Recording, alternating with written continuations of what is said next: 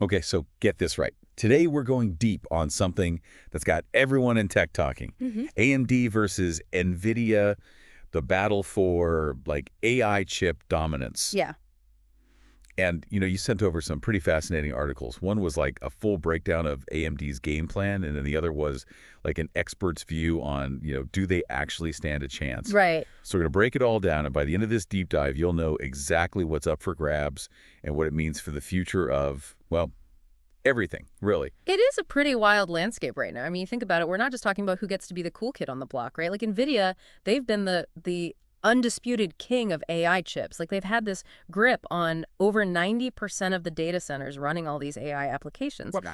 So think of it like, the central nervous system of this whole AI revolution. And Nvidia's been holding all the keys. So it's like, what, a tech version of David and Goliath? Yeah. But this time, like, David's got some serious muscle. I mean, they've launched this new Instinct MI325X chip, and they're taking direct aim at NVIDIA's heavy hitter, the H200. And the word on the street is it's not just a little bit better. We're talking like potential game-changer levels of performance. Yeah. You're right. And it's not just hype. Right. When you look at these independent benchmarks that are coming out, the MI325X, it can be up to 40% faster than what NVIDIA is offering, and with 30% lower latency, which is huge. Wow. When you're talking practical terms, that means if you're running these massive AI models, like, say, Meta's Llama 3.1, things just happen so much faster and smoother. It's like going from, dial-up to broadband. It's just a different level of responsiveness. Okay. So more speed, less lag. I'm with you so far. Right. But it's not just about, like, raw processing power, though, right? Right. Because I saw that AMD's making a big deal about memory and bandwidth with this chip too. So what does that actually mean for someone who's not, building the next supercomputer in their basement? I love that analogy. That's a great point. Think of it this way.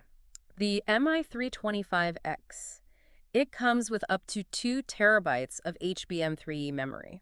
Right. Now, most people don't know what that means. Yeah, exactly. So think about it like this. Imagine you're trying to build one of those massive Lego models. Yeah. But you can only hold like a handful of bricks in your hand at any time. Okay. So, that's what limited memory is like, right? HBM3E is like having this massive table where you can lay out all the pieces at once. Right. And suddenly the building process is so much faster and more efficient. Uh-huh. And then the bandwidth, the 48 terabytes per second. Right. That's like having super fast couriers constantly bringing you new bricks. So you're building what, like the Taj Mahal of AI models? Exactly. Oh, You're building the Taj Mahal of AI. Okay. Bigger projects, faster results. That's a picture I can definitely get behind. Right. But then there's another part of AMD's strategy that I found really interesting, which is this whole open ecosystem idea. All right. So what's that all about, and why should we care? Here's where things get really interesting. You're right. So AMD's pushing its ROCm software platform as like a more open, more flexible alternative to what NVIDIA's been doing. Okay. Which is their CUDA platform, right? That's been the standard for so long. Yeah. CUDA is incredibly powerful, but it's also very proprietary. Right. ROCm, on the other hand, it's like a public park. Oh, okay. Anyone can come in, set up shop, collaborate. I like that. So for developers, this means more freedom to innovate, to experiment, to build solutions that can just work seamlessly across different hardware. So it's like breaking down the walls, Right. fostering this more collaborative AI world. Exactly. That's exactly it. More options, more collaboration. That sounds like a win for everyone except maybe NVIDIA. And speaking of playing nice, AMD's been busy making some pretty powerful friends in the tech world, haven't they? They have. They've been smart. Yeah. We're seeing these partnerships with giants like Meta, Google, Microsoft. Wow. All of them eager to get their hands on AMD's tech. And the one example that really stood out to me was Meta deploying over 1.5 million AMD ePYC CPUs for their AI project. Wow. Including the Llama language model. So that's a lot of processing power. Yeah. And these partnerships, it's not just about validation. Right. It's also about giving AMD access to these vast resources, real-world testing grounds, and a direct line to the cutting edge of what's happening in AI development. Okay, so let me get this straight. AMD's got the speed, they've got the memory, they've got the open platform, they've got the A-list partnerships. Checking a lot of boxes. Yeah, it's like they're checking all the boxes for like a serious challenge to NVIDIA's crown. Right. But I mean, let's be real. Nvidia still has a massive lead, Absolutely. right? They do. Especially in, those data centers. So can AMD really close that gap? And like, what are the hurdles that they still have in front of them? That's the big question, right? Yeah. I think it would be a little premature to say, okay, there's a changing of the guard just yet. Yeah. NVIDIA's dominance, especially when you look at data center revenue, it's huge. And they've got years of experience. Right. That gives them a big advantage. Uh-huh. But it's not like AMD's starting from zero. Right. I mean, they already have this strong foothold in the server market. Okay. Their EPYC processors, I mean, they've got a respectable 34% market share. Wow.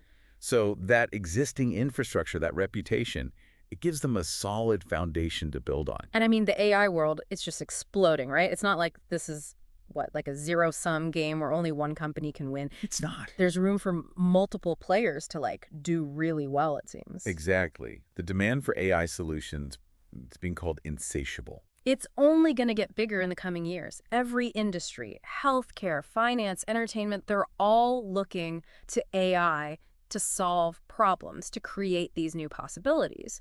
And this huge potential means AMD has a real shot at getting a big piece of the market, even if they don't fully dethrone Nvidia. Right, right. And, they've got this secret weapon waiting in the wings. Oh, yeah. The MI350 chip, Right. expected to launch in 2025. It's already got a lot of people talking. It could Okay. really shake things up even more. Okay, so to wrap things up, we've got AMD making this bold, strategic move into AI chips. They're focusing on performance, building an open ecosystem, and teaming up with some of the biggest names in tech. Yeah. It's, it sounds like a recipe for disruption, for sure. It is. And it brings up this crucial question. What does all this competition mean for the future of AI itself? Right. Will we see faster innovation, lower costs, Right. greater access to these really powerful tools? Yeah.